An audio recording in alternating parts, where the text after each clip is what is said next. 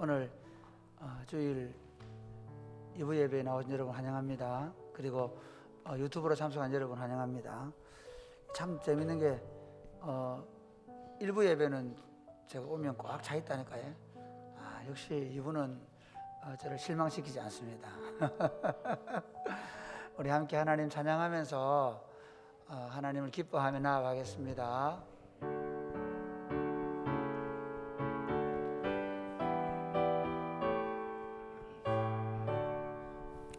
하늘에 가득 찬 영광의 하나님, 온 땅에 충만한 존귀하신 하나님, 생명과 일수로 지혜와 권능으로 언제나 우리를 지키시는 하나님,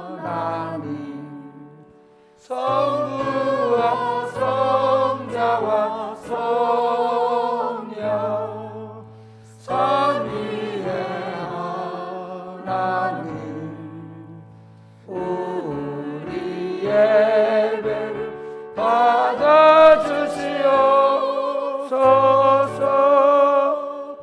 주님 앞에 나올 때 우리 마음 기쁘고 그 말씀 힘내어 새 희망이 솟는다.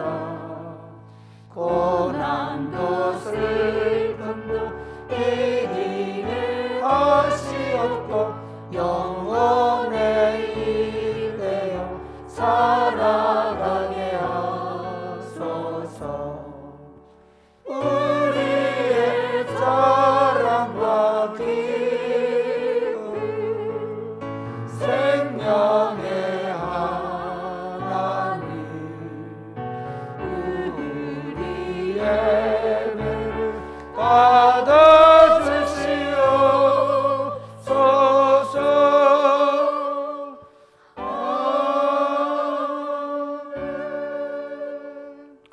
우리의 생명, 우리의 기쁨, 우리의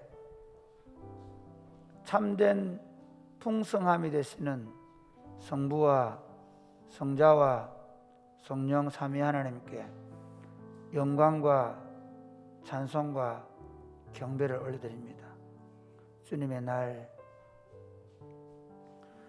우리가 예배당에서 또한 코로나 때문에 함께 할 수 없어서 각자의 처소에서 하나님 앞에 나아가는 모든 종들에게 신령한 은혜를 내리시고 저희가 드린 예배를 받아 주옵소서. 예수님 이름으로 기원하옵나이다. 아멘.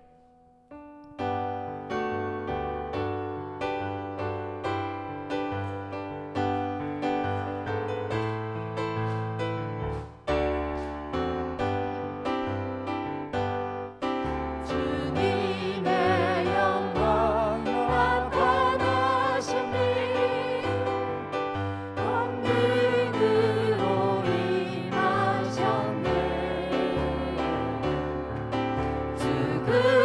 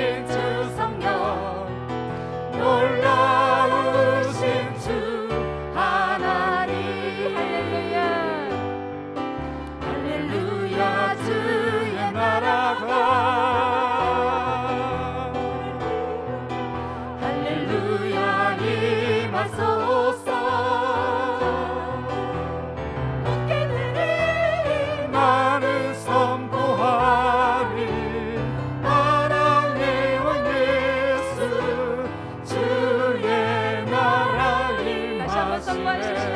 주님의 영광, 주님의 영광 나타나셨네.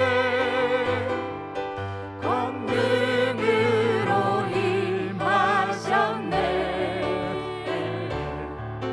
죽음에서 나 살리신 주 성령, 놀라우신 주 하나님. 할렐루야 주의 나라가, 할렐루야 임하소서. 국회들이 나는 선포하리, 사랑의 왕 예수 주의 나라 임하시네. 할렐루야. 할렐루야 주의 나라가, 할렐루야 임하소서. 나는 선포하리, 만왕의 왕 예수 주의 나라 임하시네. 주 우리 아버지, 주 우리 아버지, 우리는 그분의 자녀, 예수 우리 형제, 손에 손잡고 하나 되어 함께 걸어가리. 주께 찬송해 탬버린으로, 주께 찬송해 성벽쳐, 주께 찬송해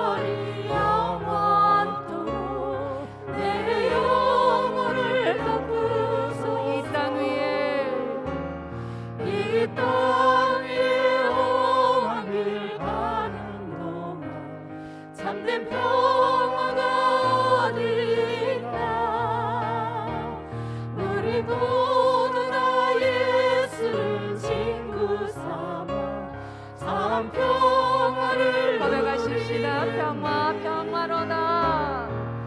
평화 평화로다 하늘 위에서 내려오니 그 사랑의 물결 그 사랑의 물결이 영원토록 마지막으로 고백하십시다. 평화 평화로다. 평화 평화로다 하늘 위에서 내려오니 그 사랑의 물결이 영원토록 내 영혼을 덮으소서. 할렐루야.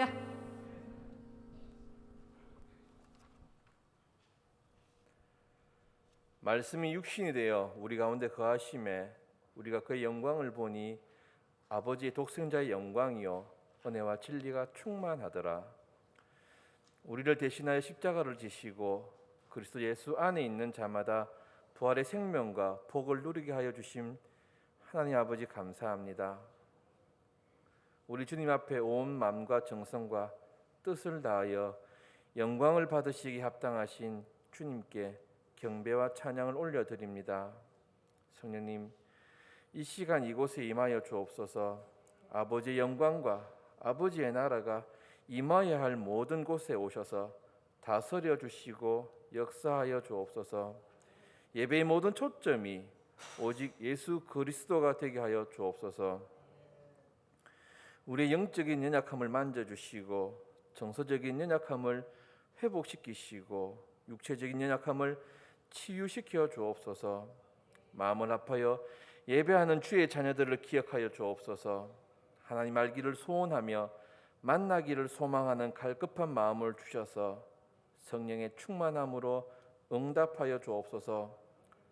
주님의 십자가 앞에서 우리의 모습을 돌아보는 은혜를 주시니 감사합니다. 눈물로 회개하고 온 마음으로 주님을 찾을 때에 아버지께서 우리를 만나 주시고 평안을 주시겠다고 약속하신 것을 믿고 엎드리오니 은혜를 더하여 주옵소서. 구원의 반석 되신 예수님만 의지하며 나아갈 때에 우리 삶이 찬양이 될 줄 믿습니다. 성령의 충만함으로 선을 행할 힘과 담대함을 주옵소서. 메마르고 굳은 마음을 버리고 믿음의 반석 위에 든든히 서게 하여 주옵소서. 내가 거룩하니 너희도 거룩하라라는 주님의 말씀을 마음에 품고 우리의 자리에서 주어진 일을 하며 삶의 형편이 어떠하든지 그곳이 하나님을 나타내는 현장이 되게 하여 주옵소서. 말씀을 선포하시는 목사님께 성령의 충만함을 더하여 주옵소서. 말씀이 선포될 때에 듣는 이마다 심령이 뜨거워지게 하여 주옵소서. 우리의 찬양을 받으시기 합당하신 예수님의 이름으로 기도합니다. 아멘.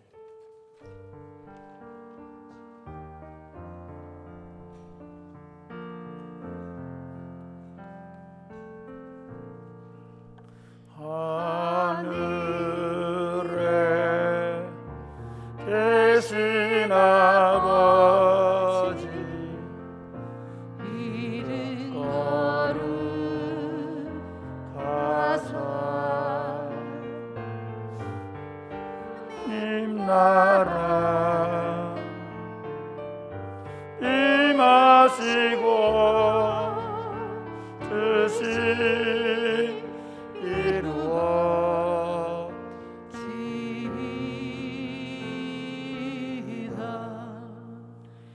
일용할 양식 주시고 우리들의 큰 죄 다 용서하시고 또 시험에 들게 마시고 악에서 구원하소서.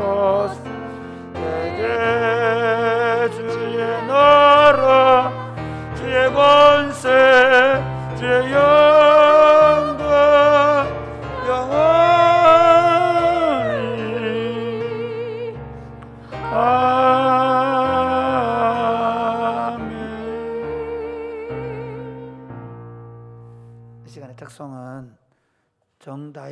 자매가 영상으로 하겠습니다.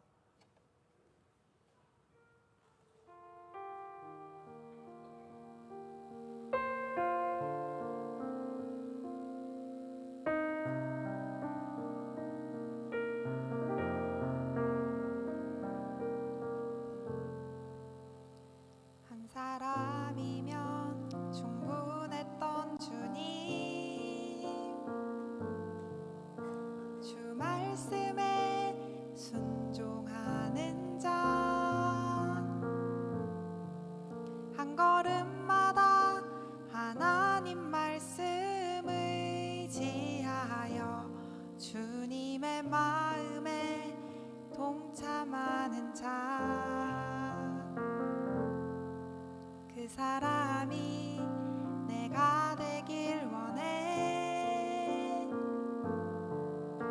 주 말씀에 순종하는 자,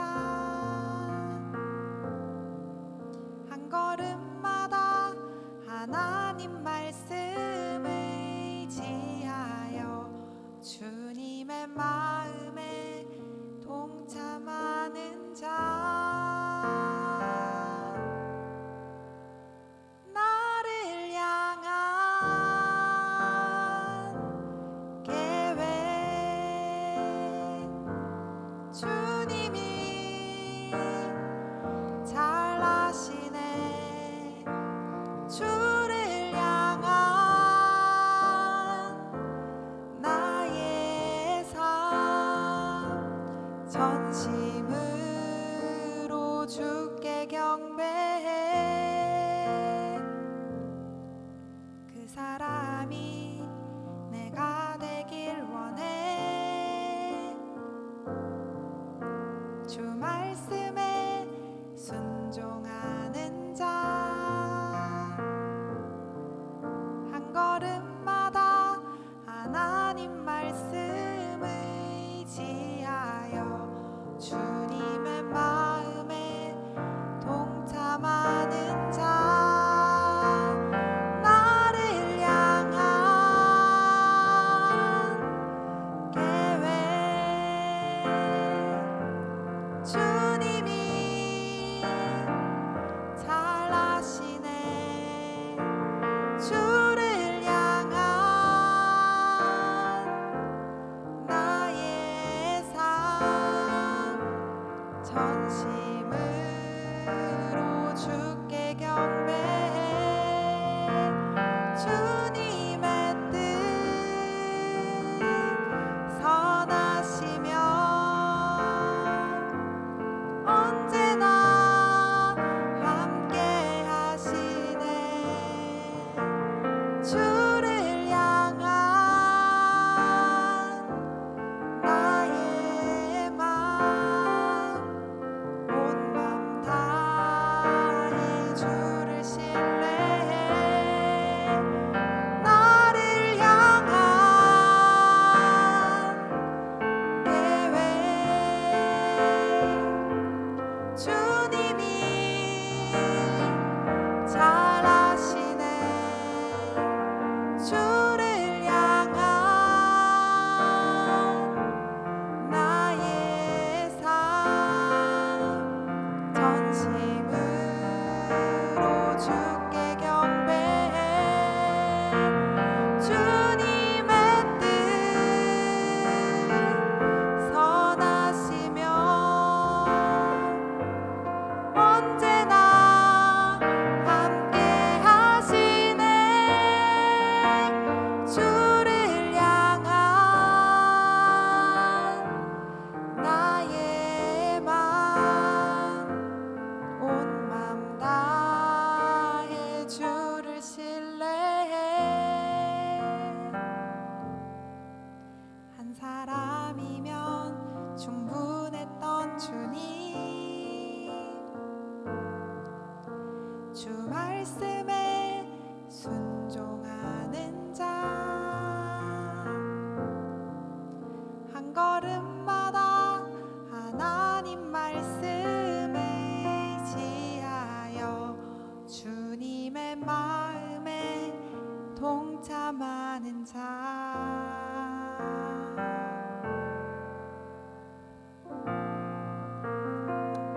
아멘. 감사합니다. 아멘. 아이 키워가면서 찬양 또 이렇게 특송해서 고맙게 생각합니다. 우리 성도님들이 자원해서 계속 특송을 이렇게 이어갈 수 있으면 좋겠습니다.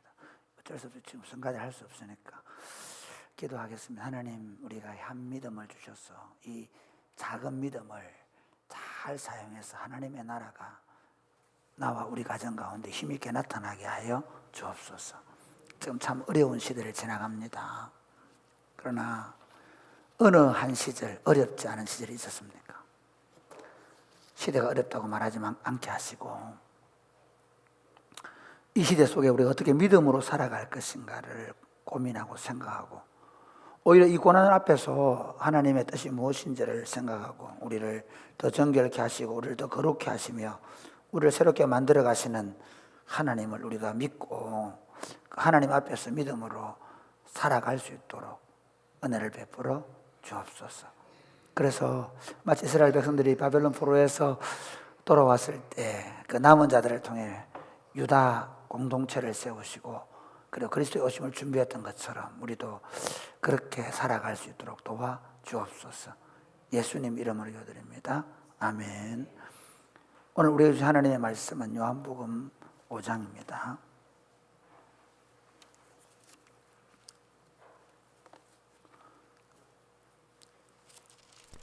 1절부터 47절까지 내용이 길기 때문에 1절부터 18절까지 내용만 읽겠습니다. 설교 내용도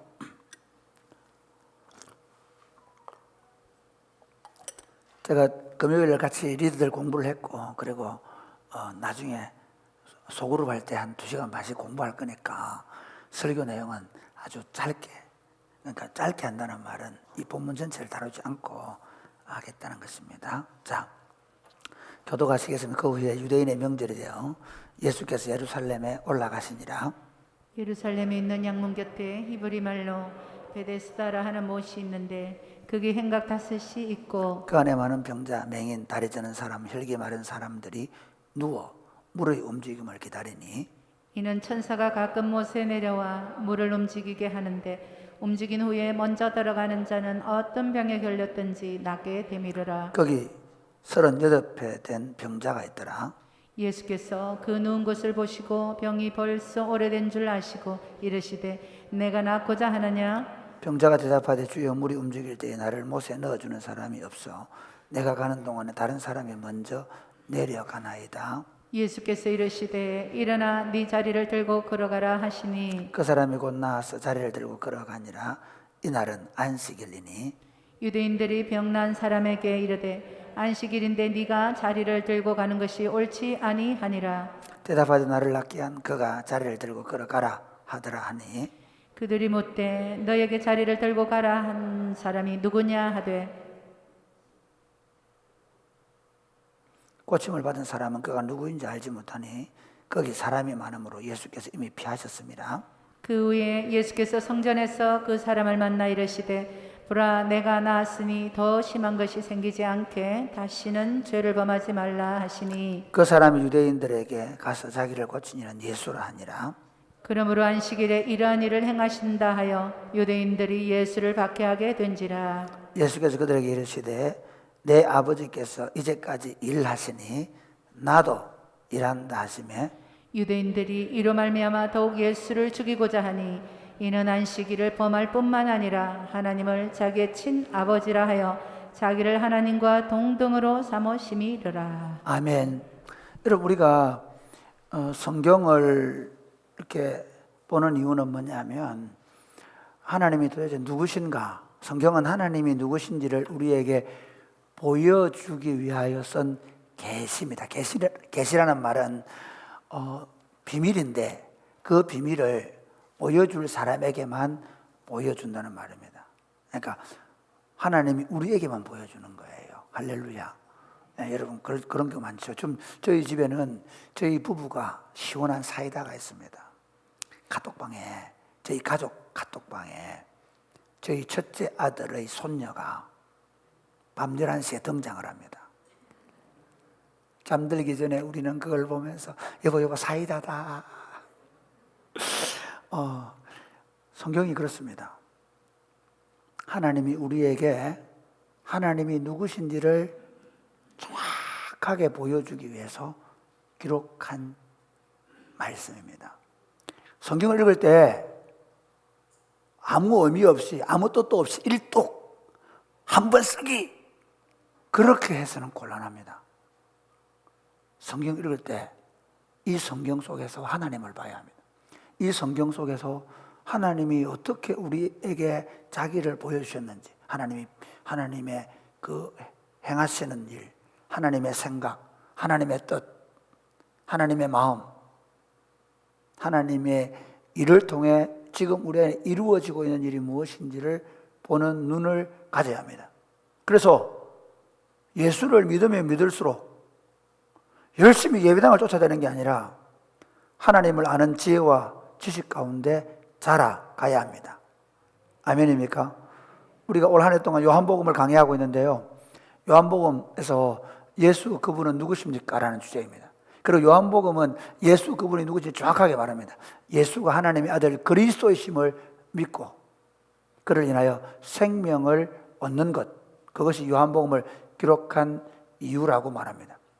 그러면서 요한복음은 사도 요한을 통해서, 성령께서 사도 요한을 통해서 그 하나님의 아들 그리스도가 우리에게 어떤 분이셨는가를 챕터마다 우리에게 말씀하십니다. 예수님은 하나님과 함께 계시던 창조주이셨습니다. 예수님은 이 땅에 오셔서 우리 이 종교에 찌들려 있는 우리에게 잔치하게 하시는 분입니다. 물을 포도주로 만드심으로 우리 인생을 잔치하게 하시는 하나님. 예수님 때문에 날마다 여러분의 삶에 잔치가 열리시기를 주님의 이름으로 축복합니다. 성전에 들어가 첫 번째 6월절에 성전에 들어가셔서는 그 성전에 있는 소와 양들을 다 몰아내시고, 그리고는 진정한 제사를 회복시키기 위해서 내가 사흘 만에 이 성전을 헐겠다라고 말씀하시면서 자기 몸이 찢어져서 죽게 될 것을 예언하심으로 말미암아 자신이 참 성전이심을 계시하셨습니다. 참 성전이신 예수님. 니고데모를 만나서는 율법적 지식이 아니라 인자가 매달려 죽게 될 것인데 그 인자를 믿는 믿음으로 말미암아 구원을 얻게 되는, 우리를 다시 살리시는 예수님을 계시해 주셨습니다. 이런 식으로 요한복음은 예수님을 우리로 하여금 여러 하나님의 아들 그리스도가 어떤 일을 하셨는지, 어떤 하나님이신지를 계속해서 계시해 주고 있습니다. 오늘은 예수님이 명절날 예루살렘에 올라가신 일입니다. 참 재미있는 복음서는요, 이 요한복음은 4번의 6월절을 기준으로 시간을 쭉 배열을 해놨습니다. 첫 번째 6월절에 가셔서 성전을 소란케 하셨죠. 성전을 정화하셨죠. 정확하게 성전에 있는 모든 소와 양들을 다 쫓아내시고 참 성전이 들어가셨죠. 그래서 내가 참 성전이다, 참 성전이신 그리스도를 계시했습니다. 그리고 다시 이제 가나안 땅에, 갈릴리 땅에 와 계시다가 다시 어디로 올라가셨습니다. 그리고는 이 사건은 베데스다 연못가에서 38년 동안 병자로 있던 사람들을 치료해 주심으로 말미암아, 안식일날 치료해 주심으로 말미암아 내가 인생에게 참된 안식을 주러 온 하나님이다, 참된 안식을 주시는 하나님을 계시해 주고 있습니다. 여러분, 이 성경을 오늘 말씀을 들으면서 예수님만이 내 인생에 참된 안식을 주실 것이라는 확신을 갖게 되기를 주님의 이름으로 축복합니다. 여러분, 사람들의 인사가 뭡니까? 안녕하십니까? 그렇죠? 안녕하십니까? 안식을 누리고 계십니까? 저도 목사님들 할 때마다 평안하시기를 바랍니다. 안녕, 평안, 그 다음에 안식, 다 같은 말입니다. 그러니까 그 히브리적 개념으로는 안식이라는 말을 씁니다. 헬라어의 개념은 평안입니다. 신약, 구약 성경을 딱 한마디로 말하면 안식을 주겠다는 겁니다. 창조의 목적, 구속의 목적. 그 다음에 신약 성경의 핵심은 평안입니다. 다시 말하면 모든 사람이 가지고 싶은 게 뭡니까? 마음의 평안이죠. 여러분, 남편들이 하루 종일 왜 그렇게 열심히 밖에 나가서 일하는 줄 아십니까? 집에 들어오면요, 아내가 스카프를 하고 앞치마를 두르고, 여러분 웃으시면 안 됩니다. 빨간 립스틱을 바르고 해보시기 바랍니다. 자기 왔어 이러면서 밥을 차려줄 때, 그때 내가 살아있는 즐거움을 느끼시면 남성분들 아멘 하시기 바랍니다. 이러니까 못 얻어먹지. 이때 크게 해야 그게 진리인 줄 안다니까. 그렇죠. 마찬가지로 사랑하는 아내 여러분, 여러분은 이 남자를 보는 순간 무슨 생각을 했습니까? 내가 이 남자하고 손을 잡고 이 남자가 이끄는 집으로 들어가면 이 남자가 근육도 튼튼하지, 준비도 잘 돼 있지. 내 하나만큼은 그 오른팔을 확 끌어안아가지고 막 내가 내 팔베개로 해가지고 해야죠. 무슨 걱정도 다 이 남자가 해결해 줄 거고, 그래서 백마탄 왕자님이 되어서 나에게 안식을 줄 거라고 생각하고 시집 왔죠? 이러니까 안 해주지. 실제로 결혼할 때 어떤 마음이에요? 그렇죠? 이 남자를 만나면 내 인생의 고생은 끝나고 이제는 막 이 남자 품에 안겨서 행복하게 살 거라 생각하잖아요. 왜 여러분 자녀들을 그렇게 달달달달 볶으면서 공부를 시킵니까? 그럼 안 됩니다. 그런데 달달달 볶으면서 공부시키는 이유가 뭡니까? 야, 이놈 자식아, 나는 고생하지만, 그거 말도 안 되는 얘기인데, 그 말도 안 되는 얘기입니다. 그러나 그 의식 속에는 뭐가 있냐면, 너는 좀 편안하게 살았으면 좋겠다. 안식을 누리면서 살면 좋겠다. 나는 잔업하고 나는 밤낮 뛰어다니지만 너는 좀 넥타이 매고 좀 편안하게 사무실에 있으면, 우리 엄마들 옛날에 그런 마음으로 공부시킵니다. 자식에 대한 소원도 안식입니다. 평안입니다.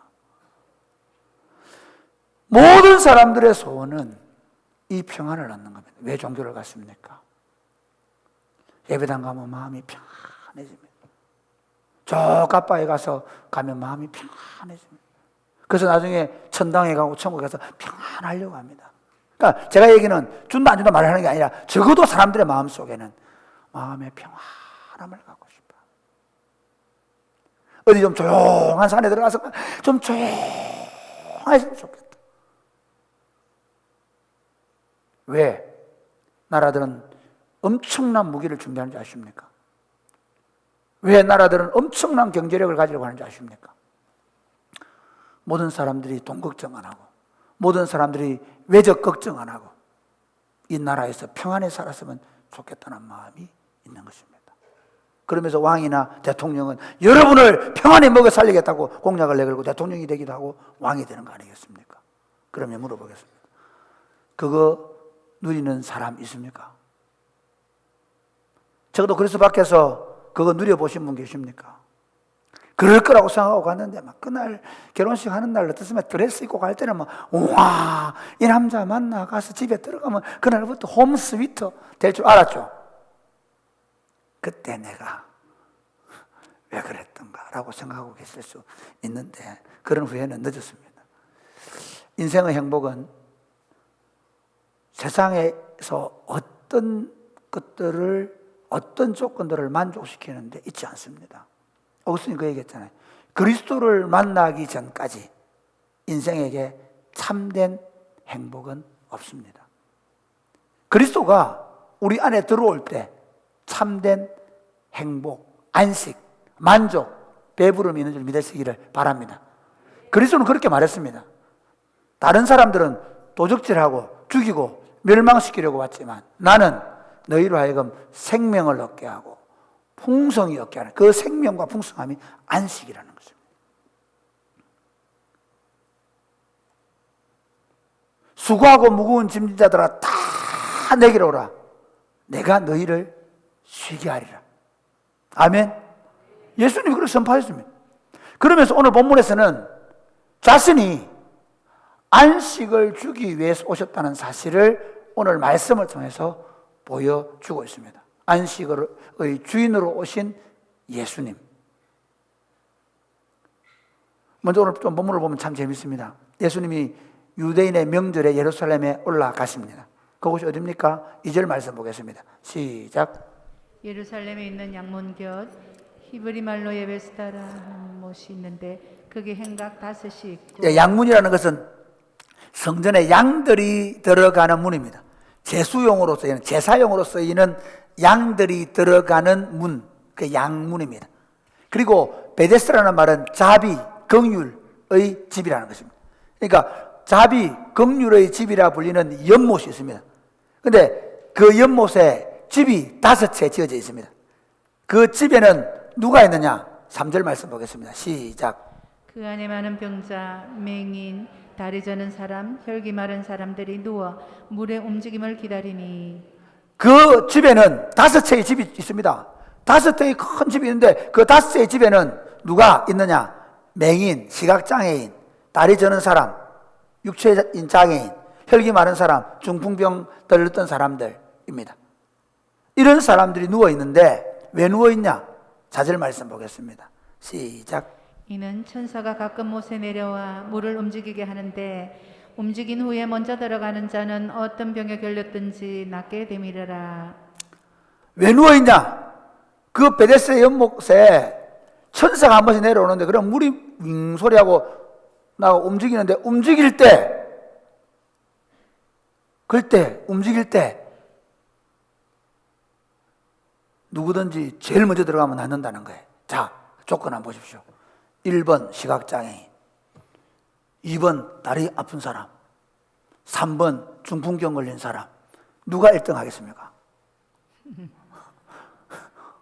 모르겠어요. 누굽니까? 앞에 안 보이는 분이 제일 용감하지 않겠습니까? 안 보이니까. 아니, 다리 저는 사람 구르면 되지 않겠습니까? 참 재밌죠. 왜? 이 사람들 중에 1등할 조건을 가진 사람이 있습니까? 없습니까? 없는 거예요. 이게 우리가 사는 세상입니다. 사람들이 죽으라고 생명을 얻기 위해서, 죽으라고 안식을 얻기 위해서 얼마나 노력합니까?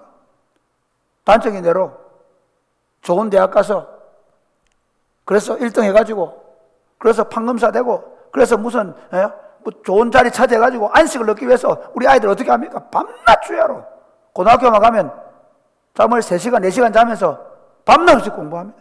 대학 가면 또 합니다. 얼마나 하는지 모릅니다. 그럼 안식을 얻습니까? 평안에 있습니까? 여러분, 우리 남자들 열심히 일하는 이유가 뭡니까? 내 아내, 내 자식들만큼은 고생 안 시키고 한번 제대로 한번 행복하게 살아보게 하겠다고 막 노력을 합니다. 그렇죠? 그러면 좋습니다. 그래 노력해가지고 좀 웬만한 건 가지고 있는데 홈스위트가 됐습니까? 아니 그렇게 노력하는데도 불구하고 가끔씩은 돈도 못 벌 수도 있잖아요. 투자했는 게 확 날아가 버리죠. 그렇죠? 왜 그럴까? 아니 그렇게 노력해서 돈을 가지기도 하고 지위를 가지고 명예를 가지기도 하고 얻기도 하고 잃기도 하고 막 다 여러 현상이 있는데 그런데 문제는 그 중에 어떤 사람도 안식을 얻었다는 사람이 없다는 거예요. 우리가 잘 아는 세계 제일 부자가 최근에 가정이 깨졌는데 알고 보니까 오만 일을 다 해도 만족이 없었던 거죠. 우리가 아는 몇 년 전에 있었던 사건을 보십시오. 대그룹의 회장들이 막 가사 일하는 도우미한테 온갖 얘기를 해가지고 가사 도우미들이 한 달을 못 견디고 나가서 그래서 아예 말귀를 못 알아듣는 외국인을 집에다 데려다 놓고 안식이 없다는 거예요. 내 평생 소원은 그 뭡니까? 비행기 앞자리에 타보는 겁니다. 그 무슨 석이라 그러노? 이름도 모르겠다. 그런 거 하면 눕더라. 내 평생 소원은 대한항공도 못 타고 맨날 뭡니까 그 저가항공 타고 그러거든. 선교 여행 갈 때 한 번도 대한항공 타본 적이 없다 내가. 막 좁은. 그렇죠. 예. 심지어 우리 제가 옛날에 여름에 휴가 때 유럽도 안 갔고 동유럽. 그래 우리 그때 계모아가 우리 목사님들하고 178만 원짜리 총 금액. 그러니까 막 그 14시간 5시간 좁은 데서. 그런데 앞자리 가보면요 이런 데잖아요. 그런데 땅콩 안 가져왔다고. 땅콩 하나가 왜 심장을 찔렀는지. 여러분, 인생은 아무리 많이 가지고 있고 아무리 대단한 사람이 되어도 거기에 안식 없습니다. 왜냐하면 인생은 사망이라는 질병이 이미 그들 안에 있기 때문입니다. 사망이라는 질병은 생명이신 하나님으로부터 단절되면서 온 겁니다. 잘 살든지 부자든지 공부를 잘하든지 출세를 했든지 무슨 일이 있든지 하나님을 떠난 모든 인생은 사망의 그늘 아래에 있습니다. 그 사망의 그늘 아래에 있는 것의 가장 중요한 특징이 뭔지 아십니까? 불안입니다. 공포입니다. 오늘 현대인들 보십시오. 경제적으로 더 잘 살고 여러분 얼마나 안전하려고 노력하는지요. 얼마나 안전하려고 노력하는지. 불이 나면 스프링클러에서 불이 쫙 물이 뿜어지게 만들지 않습니까? 그렇죠. 얼마나 안전하려고 노력하는가 하면요 운전하다가 쫄까 싶어가지고 아예 운전대를 자율 운전하게 만들어버립니다. 얼마나 안전하려고 노력하든지요 모든 곳마다 CC카메라 다 설치해놨습니다. 그럼 현대인들은 어떻습니까? 평안합니까? 더 불안합니다. 더 불안해. 그 불안은 우리가 어떤 조건, 어떤 환경을 만족시켜서 오는 거 아닙니다. 그 불안은 그 불안을 안식으로 바꿀 수 있는 비결은 하나님의 사랑 안에 들어갈 때, 하나님의 사랑을 느낄 때, 하나님의 사랑을 누릴 때 가능한 줄 믿으시기를 바랍니다. 지금 이 사람들은 자신들 자체가 이미 엄청난 장애를 가지고 있음에도 불구하고 그 장애를 뚫고 막 1등을 해가지고 먼저 들어가서 그 안식을 쟁취하겠다고 하는 것처럼 이미 사망 진단을 받은 하나님의 생명으로부터 완전히 끊어진 인생들이, 소망 없는 인생들이 자기 스스로의 노력으로 안식을 얻겠다는 것은 불가능한 것입니다. 그래서 하나님이 예수 그리스도를 보냈습니다. 죄의 싹은 사망이다. 하나님의 은혜는 그리스도 예수 안에서 영생이다라고 말씀합니다. 할렐루야. 모든 사람이 죄를 범하여 하나님의 영광에 이르지 못한다. 불안과 공포와 두려움과 걱정과 염려 속에 살 수밖에 없다. 안식 없다. 그러나 그리스도 안에 들어오면 의와 희락과 평강을 믿으시기를 바랍니다. 아멘입니까? 예수님은 그 일을 위해 오셨습니다. 그래서 예수님께서 이제 이 연못가에서 연못가로 가셨습니다. 4절 말씀 보겠습니다. 5절 말씀 시작. 거기 38해 된 병자가 있더라. 6절 말씀 보겠습니다. 예수께서 그 누운 것을 보시고 병이 벌써 오래된 줄 아시고 이르시되 네가 낫고자 하느냐. 38년 동안 아파서 얼마나 아팠겠습니까? 여러분 38년 아파 본 적 있으십니까? 혹시 38년 동안 아픈 부분 있으십니까? 제가요 한 달 동안 발가락이 아파서 고생했습니다. 우리 운동하는 사람들은요, 우리 운동한다는 건 운동의 경지를 좀 아는 분들입니다. 웬만하면 아픈 거는 절대로 아픈 게 아닙니다. 왜냐하면 이 아픈 게 들키는 순간 안으로부터 발목이 잡히기 때문입니다. 사랑하는 아내 여러분, 남편들이 아픈 걸 아프다고 말하지 못할 정도로 발목을 잡지 마시기를 바랍니다. 그건 아니고요. 사실은 별로 아프다고 그냥 좀 아프더라도 운동을 해야 되기 때문에 아픈 줄을 모릅니다. 그래서 진짜 아플 때는 이게 아픈 거거든요. 너무 아파가지고 정형외과도 가고, 너무 아파가지고 한의원도 가고, 어디 문을 닫아 또 다른 데 가고, 막 한의원도 2군데 가고 막 이래 그랬는데도 막 발이 퉁퉁 아파 죽겠더라고. 지난 수요일 날 6시에 주일 설교 준비를 마쳐놓고 그때 드디어 더 이상 답이 없더라고요. 목사도 웬만한 애가 잘 회개 안 합니다.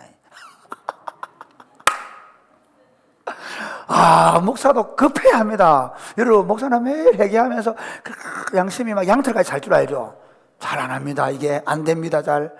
그래, 진짜 쓸쓸히 목양실에 앉아서 드디어 항복을 했습니다. 주님, 그동안 내가 너무 내 마음대로 살았습니다. 용서해 주십시오. 그러면서 뭐라 하거든요. 하나님, 오늘 밤에 통증을 걷어 가시옵소서. 병원을 가든지 의사를 만나든지 막 기도했습니다. 그러면 똑바로 순결하게 살겠습니다. 하나님만 사랑하겠습니다. 제가 제일 많이 회개한 게 뭔지 아십니까? 주일날 교인들 등록 안 할 때 내 마음이 섭섭했던 거.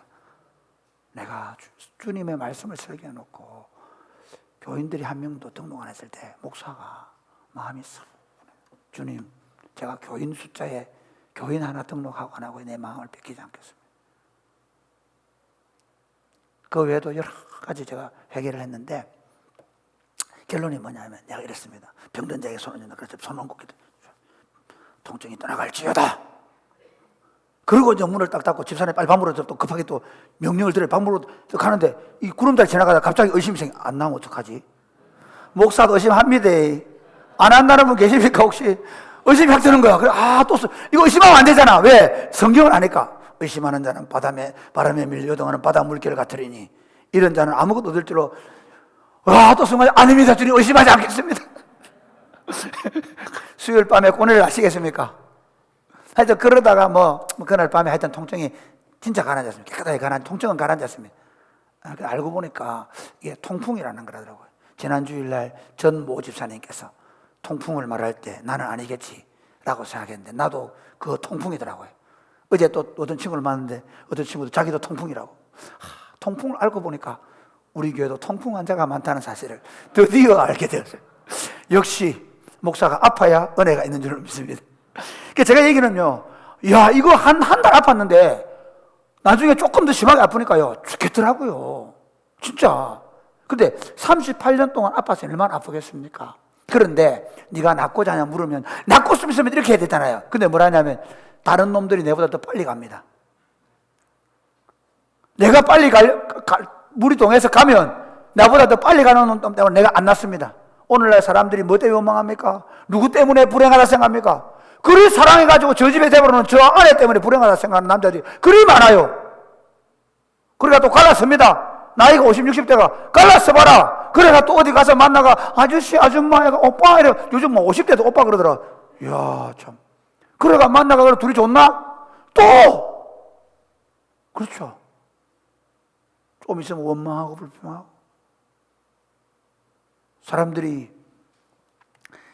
마치 자기가 쟁취하는 것을 다른 사람이 빼앗았기 때문에 내가 불행하다는 생각을 가지고 있습니다. 그렇습니까? 아닙니다. 아닙니다. 진리의 말씀이신 진리의 말씀이 내 귀에 안 들리기 때문에 평안이 없습니다. 할렐루야. 교회 와서도 진리의 말씀이 안 들리면 평안이 없습니다. 하나님의 생명의 말씀이 내 귀에 들리면 그때부터 평화로 할렐루야. 나를 데려주러 가는 사람이 없습니다. 그렇게 얘기합니다. 그런데 예수님이 말씀하십니다. 8절 말씀 시작. 예수께서 이르시되 일어나 내 자리를 들고 걸어가라 하시니 일어나 내 자리를 들고 걸어가라. 생명의 말씀이 육신이 되어 우리 가운데 오신 그분이 하나님과 함께 계셨고 하나님과 함께 세상을 창조하신 그분이 빛이 있으라고 말씀하시면 빛이 있게 되고 묻이 드러나고 나면 묻이 드러나게 되고 식물을 내라고 하면 식물을 내게 하시는 그 말씀이 일어나라. 그리고 그것을 들고 걸어가라 라고 말씀하시니까 38년 동안 누워있던 그 침대를 들고 걸어가 버린다는 것입니다. 할렐루야. 그런데 그날이 무슨 날이라고요? 9절 말씀 보겠습니다. 시작. 그 사람이 곧 나와서 자리를 들고 걸어가니라. 이날은 안식일이니. 이 사람이 안식일 날 끌고 갈 때 기분이 어떻겠습니까? 째지는 겁니다. 할렐루야. 제가요 그날 저녁에 저녁기도 인도하는데 안 아픈 거예요. 전날은요 아파가지고 화요일날 저녁기도 인도할 때는 아파가지고 이거 구두 벗었습니다. 여러분 몰라서 그렇지. 가끔씩 목사는 여러분 안 보이는데 뭐 오만 짓을 다 합니다. 구두 신고가 발이 퉁퉁 거 발이 안 들어가가지고 맨발로 막 아파 죽겠는데. 근데 수요일 날은 뭐가 쑥 빠지더라고요. 그래서 일단 통증이 가라앉았습니다. 목 붓기가 다 가라앉는 거예요. 그런데 그날 얼마나 기분이 좋아요. 그 며칠 아팠는데도 제가 한 3일 동안 공중에 날아다녔습니다. 너무 기분이 좋았어요. 이 사람 어떻겠습니까? 그냥 갔겠습니까? 아니면 뛰며 갔겠습니까? 뛰며 갔겠죠. 그런데 재밌습니다. 10절 말씀 한번 보겠습니다. 10절 시작. 유대인들이 병난 사람에게 이르되 안식일인데 네 자리를 들고 가는 것이 옳지 아니하니라. 야! 안식일날 지금 뭐하고 있어요? 이러는 거죠. 그러니까 이 종교, 유대 종교는 뭐냐면요, 안식일날 물건을 들고 가면 안 되는 겁니다. 그러나 안식일날 물건을 운반하고 있는 것을 나무라는 겁니다. 안식일날 못하니라는. 안식일날 그가 일어난 것을 보는 것이 아니라 안식일날 뭐 하면 안 되는데 그거 했다고 지금 그를 제어하고 있습니다. 종교는 우리의 안식을 제어합니다. 기독교라는 종교가 여러분을 붙잡고 있으면 여러분만 꼼짝 못하게 하는 게 아니라 사실은 같은 형제들을 얽어맵니다. 저는 사실 많이 경험했습니다. 고려파에서 자라면서 순대도 못 먹게 하고 선지국도 못 먹게 하고 옛날에 제가 아는 목사님은 피채 먹지 말라고 했다고.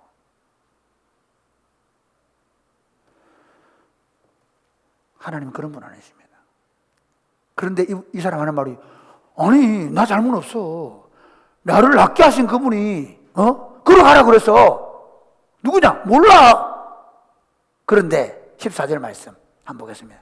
14절 시작. 그 후에 예수께서 성전에서 그 사람을 만나 이르시되 보라 내가 나았으니 더 심한 것이 생기지 않게 가시는 죄를 범하지 말라 하시니. 15절 제가 읽겠습니다. 그 사람이 유대인들에게 가서 자기를 고친 이는 예수라 하니라. 이게 무슨 말이냐면 예수님이 만나가지고 야 너 나았지? 이제부터 죄를 범지 말아라. 다시 심하게 걸리지 않기 위해서는 죄를 범하면 안 된다. 그래 그분이 예수라는 알았다는 거예요. 나를 고치신 분은 예수라는 분이라는 거예요.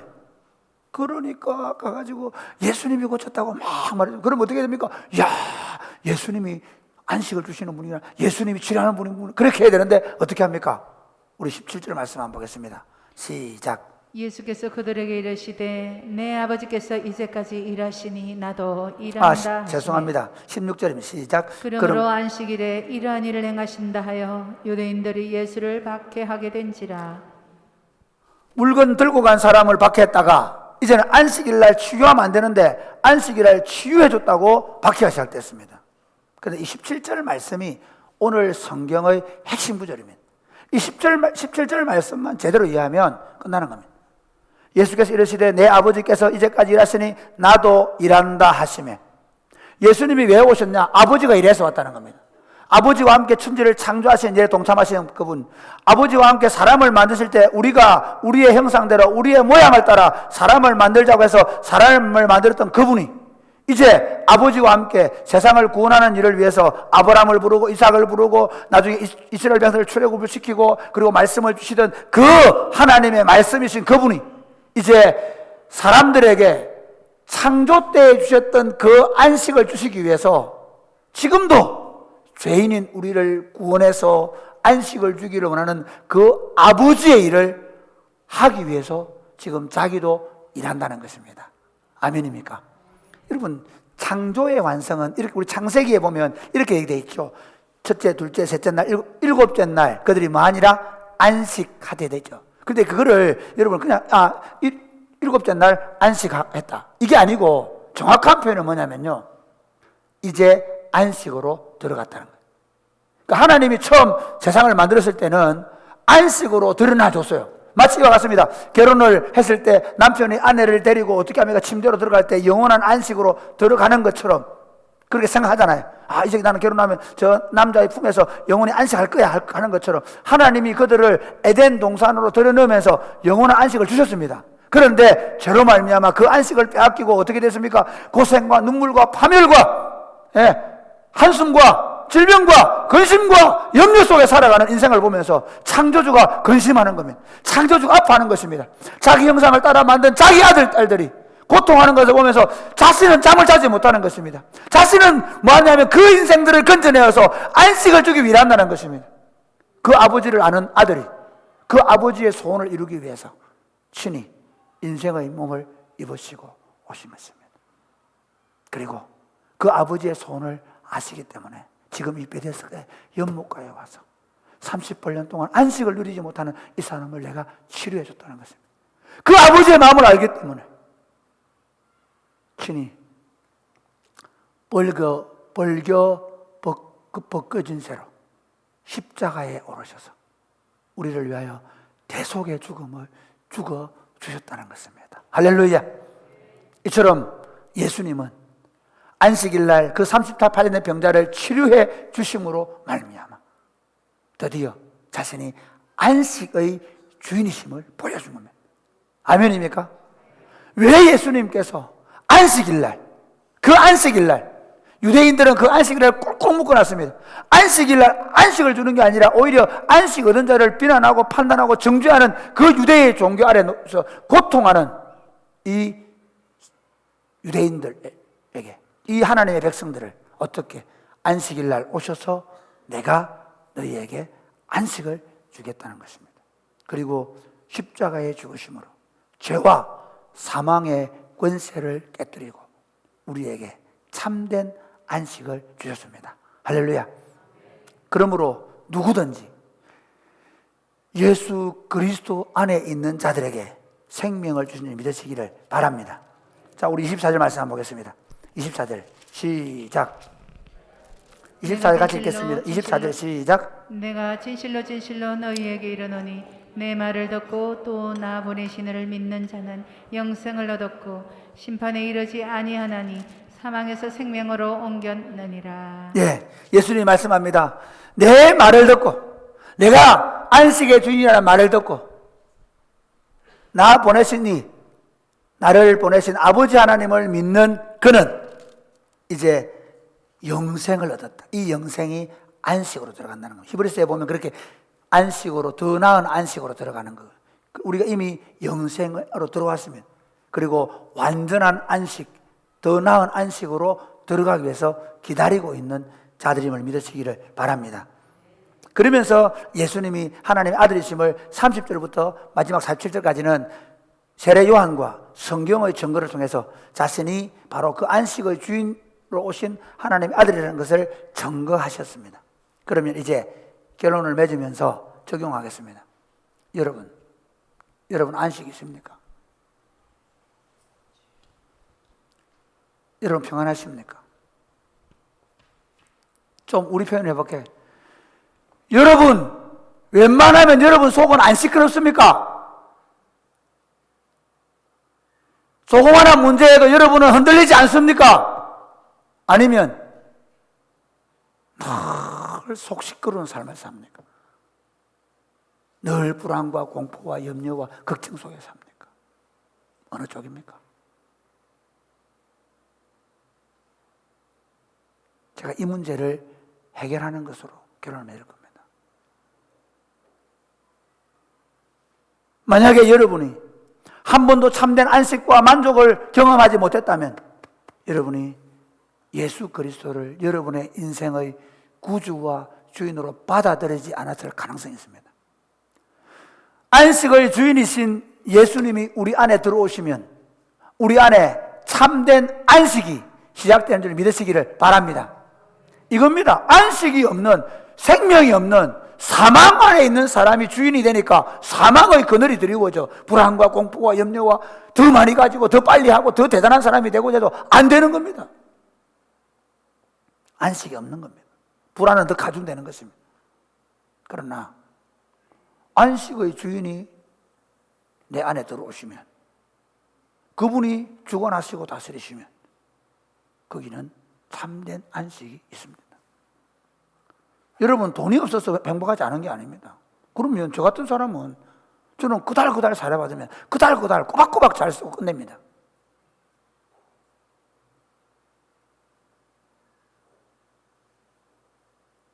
그러면 저는 불안과 공포와 염려 속에서 지금 벌써 우울증 걸려 죽어야 되잖아요. 아닙니다. 저보다 훨씬 더 어렵게 사는 성도들이 우리 교회에 많이 있을 겁니다. 안식은 돈에 있지 않습니다. 안식은 권력에 있지 않습니다. 그러면 대통령 권력자들은 안식해야 되잖아요. 그들은 더 불안합니다. 안식이 어디 있습니까? 예수 안에 있습니다. 예수 그리스도가 여러분의 인생의 주인이 되게 하십시오. 예수 그리스도가 여러분의 부부의 주인이 되게 하십시오. 내가 주도권을 가지고, 남편이 주도권을, 아내가 주도권을 가지고 하지 말고 주님이 주인이시죠. 제가 지난 수요일 이후로 집사람하고 둘이 간절히 아침에 일어나면 기도하는 그겁니다. 우리의 주인이 되어 주십시오. 어떤 문제가 생겨도 불안하지 않게 해주십시오. 어떤 문제 앞에서도 성급하게 화를 내거나 어떤 일이 있어도 두려워하지 않고 놀라지 않게 해주십시오. 그리스도가 우리 주인이 되어 주십시오. 저는 17살 때 예수님이 제 안에 들어오심으로 말미암아 죽음의 공포에서 해방되었습니다. 17살 때 예수님이 제 안에 들어오심으로 말미암아 세상을 더 성공적으로 살겠다는 그 경쟁에서 이제 손을 떼게 됐습니다. 왜냐하면 그러지 않아도 제 안에 기쁨과 평안의 이성을 발견했기 때문입니다. 두 번째, 여러분이 예수님을 주인으로 모셨다 하더라도 그 안식을 계속 유지하고 있는 문제는 다른 문제입니다. 여러분이 처음 예수님을 만났을 때, 부흥회 때, 수련회 때, 아니면 말씀을 들으면서 안식을 누리기도 하고 또 가끔씩 그걸 누리기도 할 겁니다. 그런데 계속되고 있습니까? 여러분 부부가 예수를 믿는데 여러분 부부 안에 진짜 하늘의 평화가 계속 지배하고 있습니까? 이건 다른 문제입니다. 제가 19년 동안 우리 사랑의 꽃피는 교회를 목회하면서 참 감사한 건 진짜 교회가 든든하게 평안 가운데 든든하게 서가고 있음을 감사드립니다. 그러나 수많은 교회들이 무슨 교회라는 이름을 들고 더 불안하고 더 다투고 갈등하는 모습들을 우리는 보고 있습니다. 이유가 뭘까요? 분명한 건 다 그 사람 아니라고 지금 얘기하는 겁니다. 우리 교회 잘하고 저기 뭐나 그 얘기하는 거 아닙니다. 어떤 집은요 하늘의 평화가 계속됩니다. 나이가 들면 들수록 말할 수 없는 하늘의 평화를 부부가 누리면서 살아가고 있습니다. 그러나 어떤 집은 가면 갈수록 내가 이 인간하고 더 못 살겠다, 더 불안해지고 더 화달짝 나고 그럴 수 있습니다. 차이가 뭡니까? 남편이 돈을 못 벌어왔어요? 남편이 사업에 실패했어요? 아니면 부인이 자꾸 몸무게가 늘어났어요? 아닙니다. 예수 그리스도가 여러분 부부를 든든히 지켜주지 않기 때문입니다. 여러분 아이가 공부를 못했어요? 여러분 아이가 좋은 대학을 안 갔어요? 아닙니다. 여러분 안에 일어나는 불평과 원망의 원인은 예수 그리스도가 여러분의 주인이 아니기 때문입니다. 내가 주인이라. 내 새끼는 내 마음대로 해야 돼. 내 남편은 내 마음대로 해야 돼. 그게 안 되니까 막 화가 나고 화닥정이 나는 거예요. 오늘 14절 말씀 한번 보십시오. 14절 말씀. 자, 다시 한번 보십시오. 14절. 시작. 그 후에 예수께서 성전에서 그 사람을 만나 이르시되 보라 내가 나았으니 더 심한 것이 생기지 않게 다시는 죄를 범하지 말라. 이 말씀을 조금 다르게 얘기해 볼게요. 이렇습니다. 예수님이 이렇게 말씀하셨죠. 어떤 사람이 귀신이 들려 있었다. 그래서 그 귀신을 쫓아냈다. 그래서 그 귀신이 저 밖에 다니다가 보니까 갈 데가 없어서 다시 옛날에 있던 집에 가보니까 너무 깨끗이 청소가 돼 있었다. 그래서 어떻게 합니까? 다른 친구 귀신들까지 다 데리고 들어가서 그 집에 들어갔다. 그 사람한테 들어갔다. 그러면 그 사람이 나중 형편이 처음보다 더 못하다는 겁니다. 저는 미안하지만 가끔씩 예수 믿으면서도 여전히 예수를 평생 믿고 예수를 30년 40년 믿고 그런데도 그 안에 불안과 염려와 걱정 그것만 있는 줄 아십니까? 입만 열면 불평, 원망 끊이지 않는 것을 봅니다. 왜입니까? 왜입니까? 목사가 잘못해서 그렇습니까? 장로님들이 잘못해서 그렇습니까? 옆집에 아줌마가 긁어서 그렇습니까? 아니면 옆집 아가 공부를 더 잘해서 그렇습니까? 아닙니다. 그러니까 이 사람은 누가 그랬다 그러는데 중요한 건 뭡니까? 여러분이 예수님에게 온전히 잡히지 않기 때문에. 요즘 제가 훈련하는 것 중에 하나가 그겁니다. 제가 저희 집 사람을 끌어안고 아침마다 기도하면서 하는 게 그겁니다. 주님, 우리들을 그리스도가 온전히 하루 종일, 제가 좀 죄송합니다, 머리를 잡듯이 잡아달라. 꽉 잡아주십시오. 누가 아무리 흔들어도 흔들리지 않는 평안을 주십시오. 가능합니다. 가능합니다.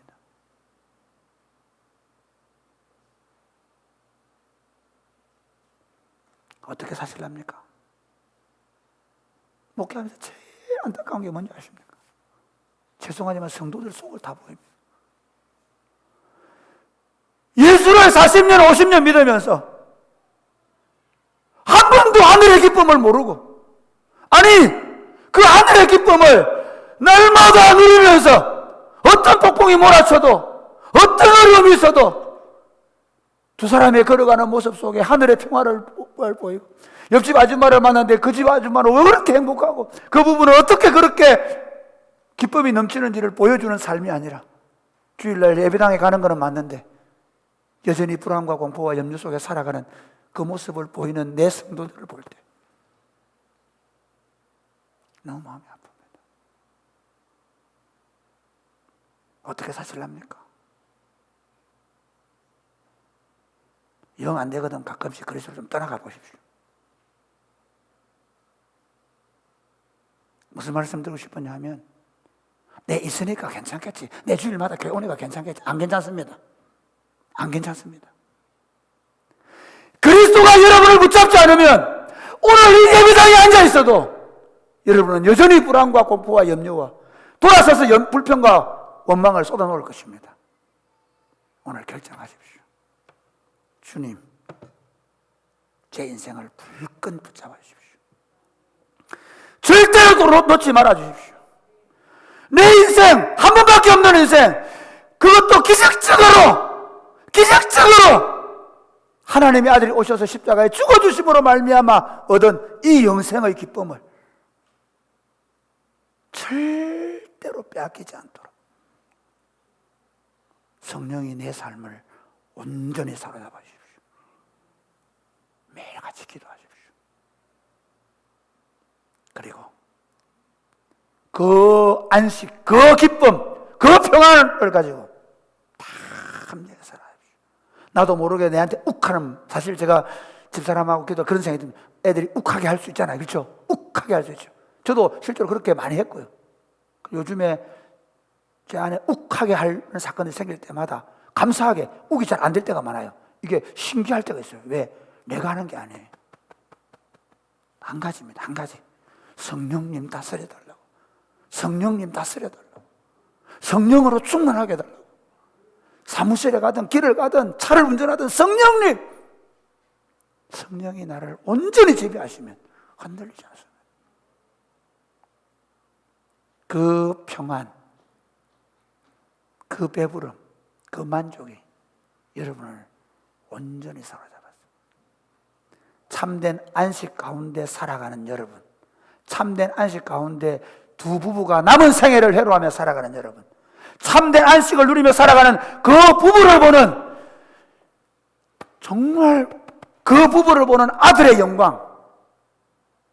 아들이 그걸 봐야 예수 잘 믿습니다. 왜 애들이 교회 떠나는 줄 아십니까? 엄마 아빠가 예수를 그렇게 믿어도 불평과 원망이 끊이지 않는 걸 보면서 어떻게 예수를 믿습니까? 지금 어릴 때 교회 좀 나간다고 괜찮은 줄 아시죠? 아닙니다. 뺏기지 않는 평안을 발견하고 나면 그 아이가 못 떠납니다. 왜? 이것 떠나면 죽는 줄 아는데. 예수 떠나면 죽는 줄 아는데. 예수 떠나면 죽는 줄 알게만, 반대로 예수 때문에 누리는 평안을 여러분 자식들이 보며 자라게 하십시오. 그래서 그 아이가 위대한 하나님의 사람으로 자라가는 복을 누리시기를 주님의 이름 축복합니다. 아멘.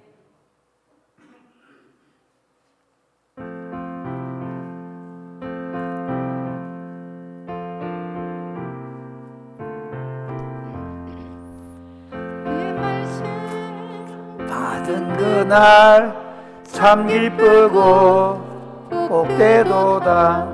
이 기쁜 마음 못 잊어서 온 세상에 전하노라.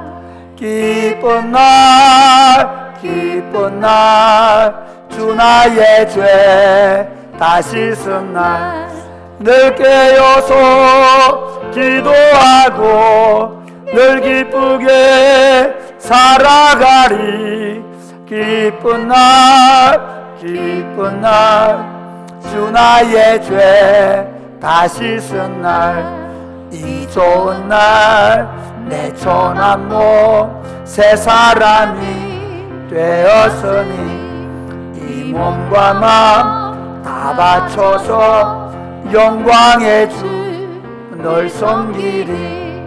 기쁜 날 기쁜 날 주 나의 죄 다 씻은 날 늘 깨어서 기도하고 늘 기쁘게 살아가리. 기쁜 날 기쁜 날 주 나의 죄 다시 일어나실까요? 새 사람 된 그날부터 평안한 마음 늘 있어서 이 복된 말 전하느니 나의 본분 사맛보다. 기쁜 날 기쁜 날 주 나의 죄 다 씻은 날 늘 깨어서 기도하고 늘 기쁘게 살아가리. 기쁜 날 기쁜 날 주 나의 죄 다시 한번 새 사람 된 그날부터 새 사람 된 그날부터 평안한 마음 늘 있어서 이 복된 말 전하느니 나의 본분 사맛보다.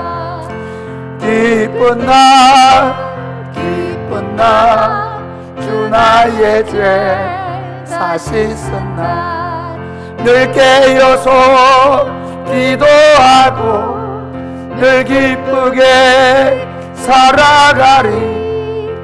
기쁜 날 기쁜 날 주 나의 죄 다 씻은 날. 아멘. 사랑하는 여러분, 정말 그렇습니다. 그리스도 안에서는 평화가 있습니다. 저는 17살 때 예수님이 제 안에 들어왔는데 미치겠더라고요. 그리고 그게 제 삶 가운데 참 계속되어져 가는 기쁨이 있습니다. 물론 저도 가끔씩 불안하고 흔들릴 때도 있습니다. 그러나 여러분, 분명한 게 있습니다. 예수 안에 있으면 참된 평안이 있습니다. 예수 안에 있으면 말할 수 없는 기쁨이 있습니다. 예수 안에 있으면 어떤 폭풍 가운데도 흔들리지 않을 수 있습니다. 사망이나 생명이나 천사들이나 권세자들이나 능력이나 높음이나 기쁨이나 세상에 있는 그 어떤 것들도 하나님의 사랑에서 절대로 끊지 못하는 것을 믿으시기를 바랍니다. 그럼 흔들리고 있다면 두 가지 문제일 겁니다. 하나는 예수가 내 안에 없든지, 아니면 예수님이 내 안에 있음에도 불구하고 그 예수님의 주도권이 내 주도권을 이기지 못하든지. 뭡니까? 이렇게 기도하십시오. 예수님, 내 인생의 주인이 되어주십시오. 절대로 내한테 주도권을 빼앗기지 말아주십시오. 날마다 나를 부인하고 내가 나를 십자가에 못 박고 예수님께 내 인생의 주도권을 내어드리겠습니다. 내 안에 하늘의 평화를 주셔서 나와 내 가정을 평안에서 평안으로 인도하게 하여 주옵소서. 기도하겠습니다.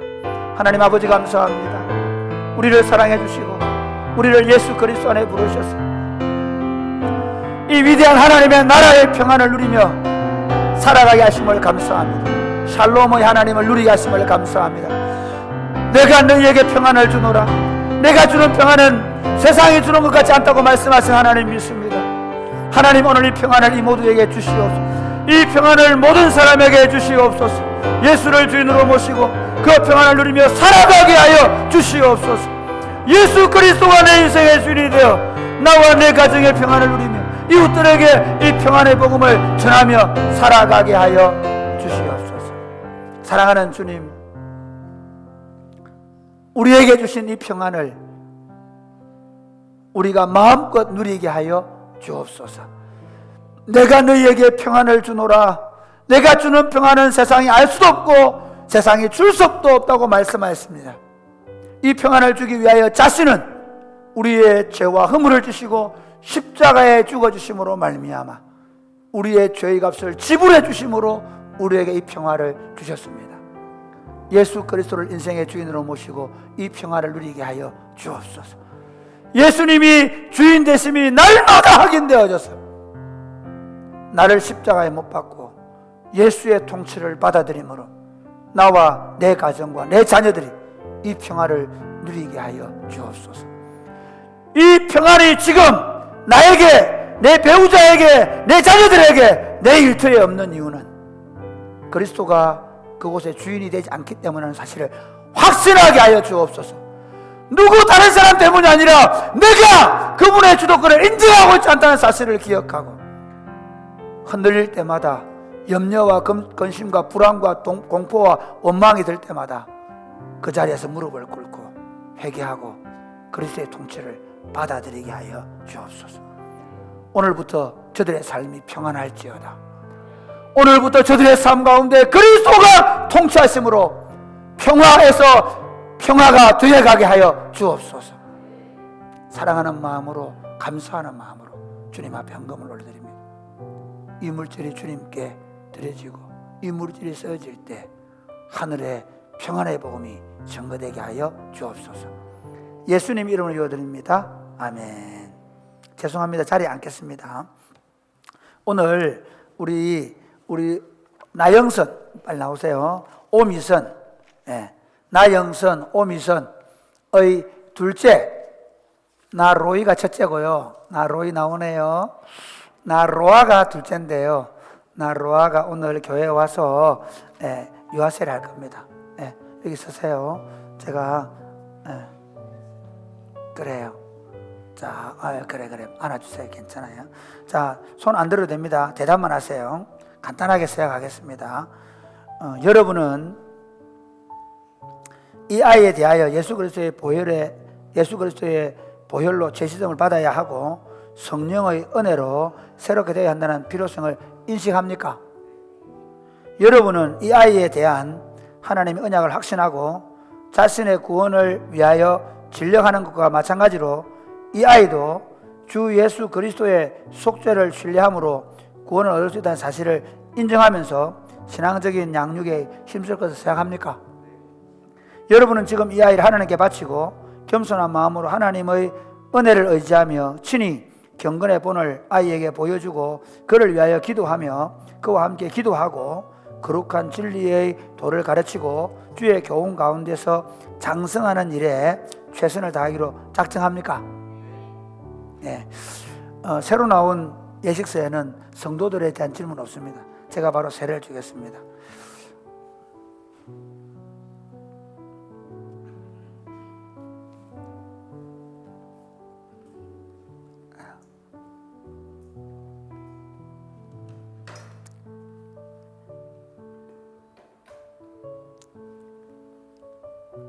자,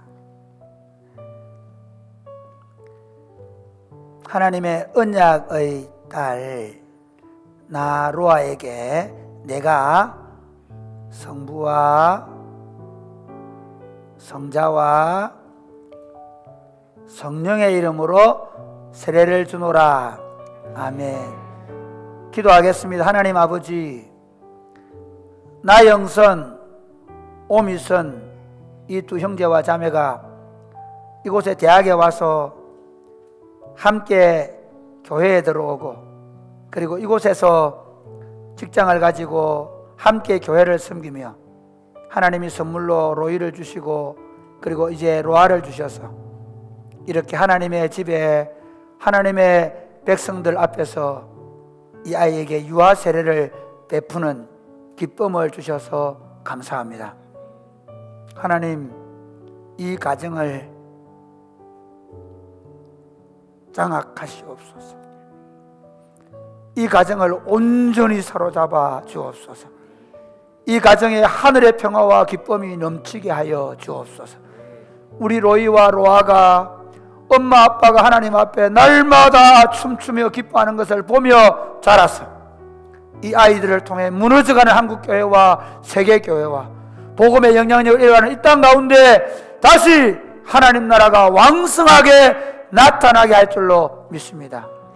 특별히 이 로아 자라면서 키가 자라고 지혜가 자라갈수록 하나님과 사람들에게 아름다운 아이로 자라가게 하여 주옵소서. 에스더처럼 하늘의 별처럼 위대한 구원의 역사를 일으키는 아이가 되게 하여 주옵소서. 예수님 이름으로 축복하며 기도드립니다. 아멘. 제가 공포하겠습니다. 나 로아는 대한예수교 장로회 사랑이 꽃피는 교회의 유아세례 교인 된 것을 공포하노라. 아멘. 우리 여러분 선물 주신 거 이제 나중에 올 건데 축하하는 박수 한번 보내겠습니다. 그쪽에 좀 앉아 계세요, 앞에. 자, 제가 강복 선언을 하겠습니다. 이제는 우리 구주 예수 그리스도의 은혜와 하나님 아버지의 크고 무한하신 사랑과 성령님의 교통하심이 사랑하는 주의 백성들과 저들의 자녀들 머리 위에 이제로부터 영원토록 함께 있을지어다. 아멘.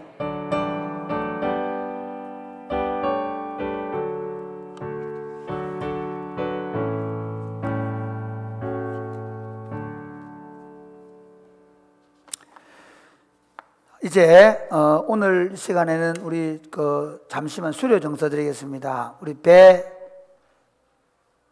배재용, 그 다음에 남선희 집사님 부부입니다.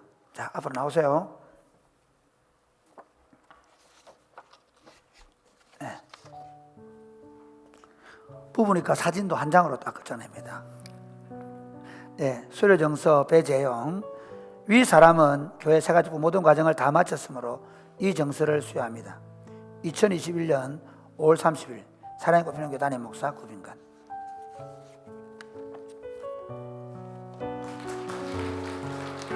축하드립니다. 남선이 내용은 똑같습니다. 자, 돌아서겠습니다.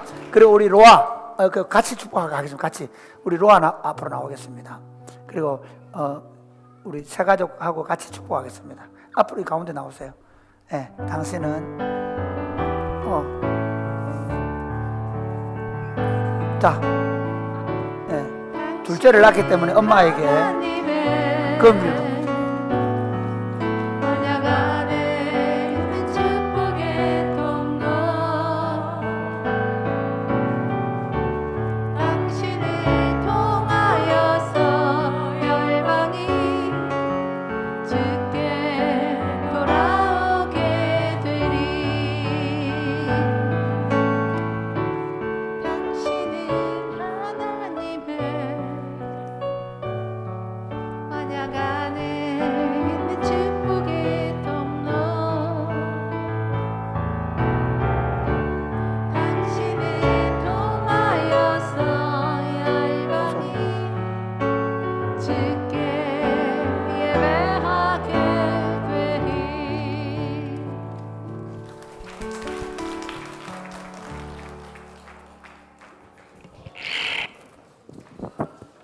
축하드립니다.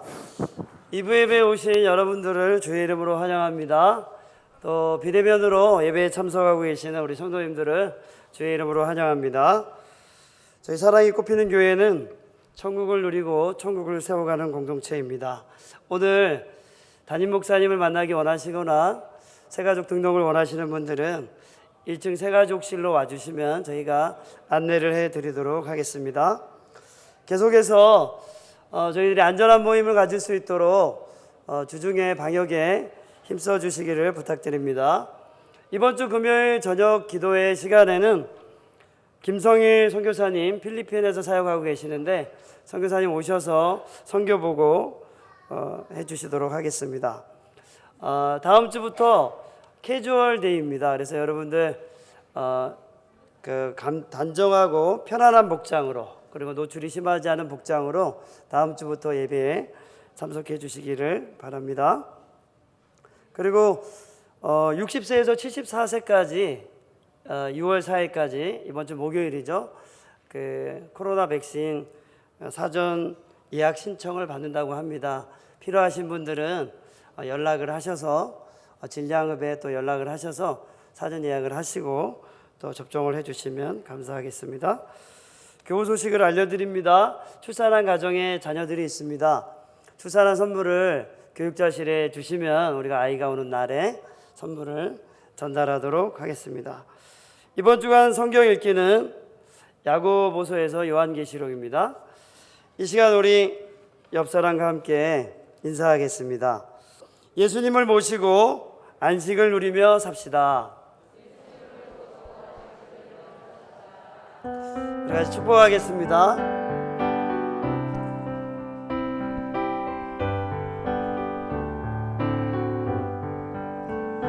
여기에 모인 우리 주의 은총 받은 자여라.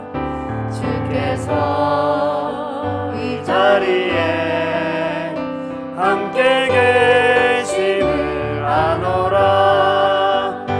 언제나 주님만을 찬양하며 따라가리니.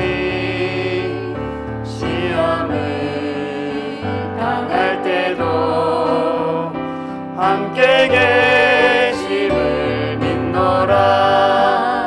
이 믿음도 굳세라. 주가 지켜주신다. 어둠 밤에도 주의 밝은 빛 인도하여 주신다. 안녕히 돌아가시기 바랍니다.